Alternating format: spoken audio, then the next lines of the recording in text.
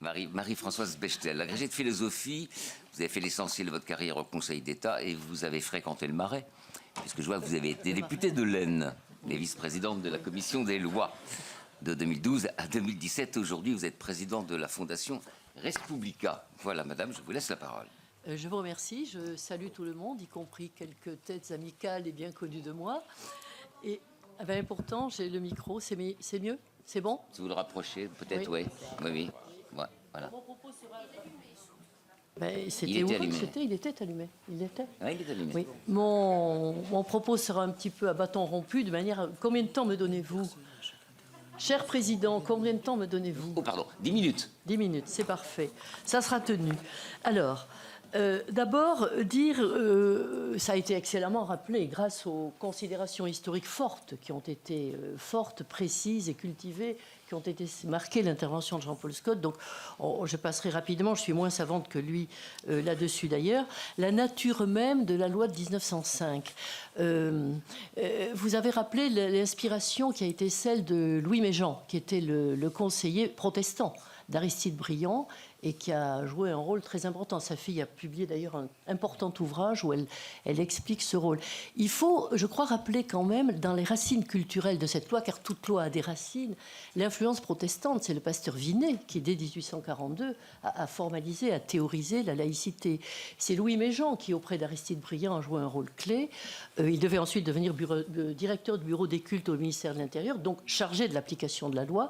Et son fils fut président de la section de l'Intérieur du Conseil d'État, également chargé à un autre titre de dire ce qu'était la loi. Dans cette période tourmentée qui a eu lieu de 1905 à 1923, puisque c'est un avis du Conseil d'État encore en 1923, qui formalise l'idée qu'on pouvait s'entendre avec le Vatican, c'est la vérité des choses, en reconnaissant les associations diocésaines comme les associations permises et autorisées par la loi de 1905.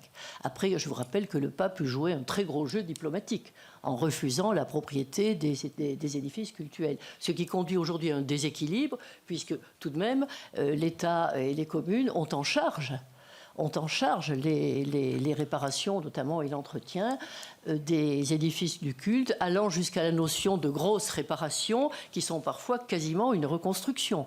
Et il y a quand même tout cela dans une forme de déséquilibre au profit du culte catholique. À l'inverse, il y a eu quand même de très grandes concessions faites par les consciences catholiques et faites parfois de bonne foi, pas toujours, puisque je rappelle que la querelle autour de l'enseignement privé, qu'on ne devrait pas appeler comme tel, on devrait dire l'enseignement confié à des établissements privés avec un S à privé, chargés de service public pour une partie d'entre eux. C'est comme ça qu'est la vraie dénomination juridique. Moyennant quoi, tout le monde dit enseignement privé, c'est plus facile. Et donc, derrière la querelle de l'enseignement privé, il y a quand même la suite des lois, de la loi de 1905, la suite philosophique, politique et sociale. Et il a été excellemment rappelé tout à l'heure que les établissements privés ont quand même été mis largement au pas. J'ai été chargée de ce dossier en 84-86, époque douloureuse, Eddy s'en souvient, au cabinet de Jean-Pierre Chevènement. Ce fut rude. Et l'idée était quand même de ne pas laisser pardonnez-moi d'insister un peu sur ce point, de ne pas laisser les recteurs en face à face avec l'autorité diocésaine. Le décret de nomination des maîtres qui a été travaillé au millimètre près, il ne marche, qui permet un dialogue entre le rectorat et normalement les chefs d'établissement, y compris réunis en syndicat, il ne marche que si on a la volonté de l'appliquer. Or, je constate que depuis les années 90 au moins, on n'a pas eu vraiment la volonté de l'appliquer. Je rappellerai quand même les accords Langue-Cloupet. Si on n'a pas la volonté d'appliquer des textes qui ont été rigoureux et dont je puis témoigner qu'ils ont été calibrés au centimètre, j'ose pas dire au millimètre, ça serait prétentieux, si on n'a pas la volonté politique de les appliquer, alors ça ne marche pas. Si les recteurs ne font pas leur devoir en rappelant aux établissements privés d'enseignement qu'ils ne peuvent pas faire bénir les cartables à la rentrée, comme un grand nombre d'établissements, comme un grand nombre d'établissements privés chargés du service public le font et qui bénéficient pour 80% de leur financement, c'est-à-dire tout le fonctionnement, qui bénéficient de l'aide publique, c'est un cas unique en Europe d'ailleurs. Si tout cela n'est pas appliqué, Il ne faut pas s'étonner, en effet, qu'il y ait quelques problèmes. Cela dit, la laïcité a aussi d'autres problèmes qui tiennent, je dirais, à sa nature, au caractère philosophique de cette loi, de la liberté de conscience. Ça a été bien rappelé aussi. La loi, d'une certaine manière, est un traité de paix sociale. Ce n'est pas un traité juridiquement, encore qu'elle en ait quelques aspects. Et c'est naturellement aussi une loi qui a une dimension constitutionnelle, tout ça est bien connu. Mais il y a cette dimension traité de paix sociale. Elle devait instaurer une situation dans laquelle la laïcité non adjectivée, comme vous l'avez excellemment rappelé, permettait à la liberté de conscience de surplomber le reste. Et ça marchait avec une république qui se sentait fille des Lumières, dans lequel l'enseignement, je m'excuse de le dire, était un enseignement de qualité, promotion des élites par l'émancipation de tous, et dans laquelle il y avait une formation également des maîtres, qui, rappelons quand même ce qu'ont été les écoles normales, une formation des maîtres qui était d'un niveau de qualité dont je dirais poliment qu'il n'a ensuite pas été de même nature. Et je veux insulter ici aucun de ceux qui ont eu des tâches d'enseignant. J'ai moi-même enseigné, ce n'est pas une chose facile. Donc tout ça pour dire que la laïcité, lorsqu'elle n'est pas accompagnée par l'esprit des Lumières dans l'ensemble de la société, lorsqu'elle arrive dans une société consumériste, différentialiste, dans laquelle mon choix, ma différence, c'est ce qui fait précisément l'identité individuelle, égotiste de chacun, alors ça marche beaucoup plus difficilement. Et c'est la raison aussi pour laquelle elle s'est trouvée attaquée à la fois de l'intérieur et de l'extérieur. De l'intérieur avec l'adjectivation, je n'y reviens pas. J'ai été au conseil d'administration de la Ligue de l'enseignement dans les années 90-2000. Je veux faire le procès de personne, mais j'ai vu de drôles de choses tout de même, pour dire les choses un peu plus carrément que je ne l'aurais voulu. Et je l'ai d'ailleurs quitté à ce moment-là. Donc la laïcité adjectivée, ça ne marche pas.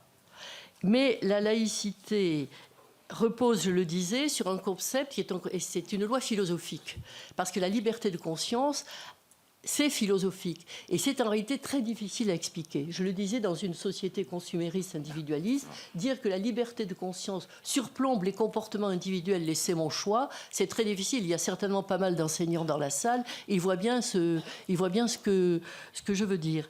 Et c'est difficile aussi à expliquer à toute une population qui est née, qui a été élevée dans une religion qui est beaucoup plus embrassante que n'était la religion catholique, qui est une religion verticale, comme la religion juive d'ailleurs.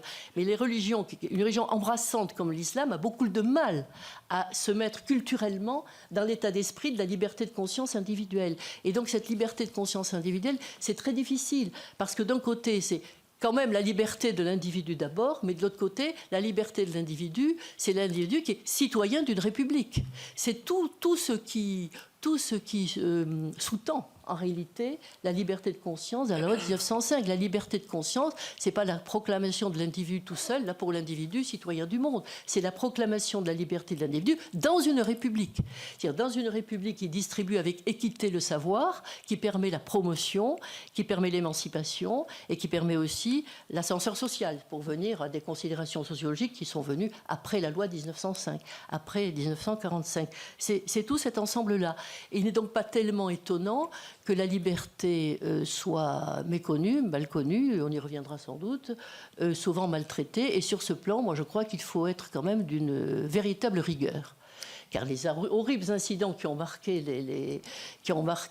l'école et qu'on ne va pas rappeler, les sinistres accidents et meurtres qui ont marqué tout de même l'école depuis quelques années, c'est quelque chose qui n'appelle aucune légende. Je finis très rapidement, on y reviendra peut-être, en disant que la laïcité à la française est quand même très très mal connue à l'étranger. Nous n'avons jamais été dans une plus mauvaise position. On ne nous comprend pas. J'ai participé entre 2000 et 2020 à de très nombreux cercles qui se réunissaient à l'ONU. Personne dans les organisations internationales, ni dans les autres États, ne comprend la laïcité à la française. Elle est de moins en moins comprise. Peut-être à l'intérieur du pays, encore que je crois qu'il y a une résilience dans le peuple français, mais elle est complètement méconnue à l'étranger. À l'époque où le totalitarisme islamique, mais aussi l'érection d'un hindouisme nationaliste et agressif, la surreligiosité qui affecte les territoires américains et les colons de Cisjordanie, tout cela fait un ensemble de choses qui rend inaudible la liberté de conscience. Et comme je vais m'arrêter là-dessus, je ne voudrais pas trop déborder. Merci. Je m'en tiens là pour l'instant.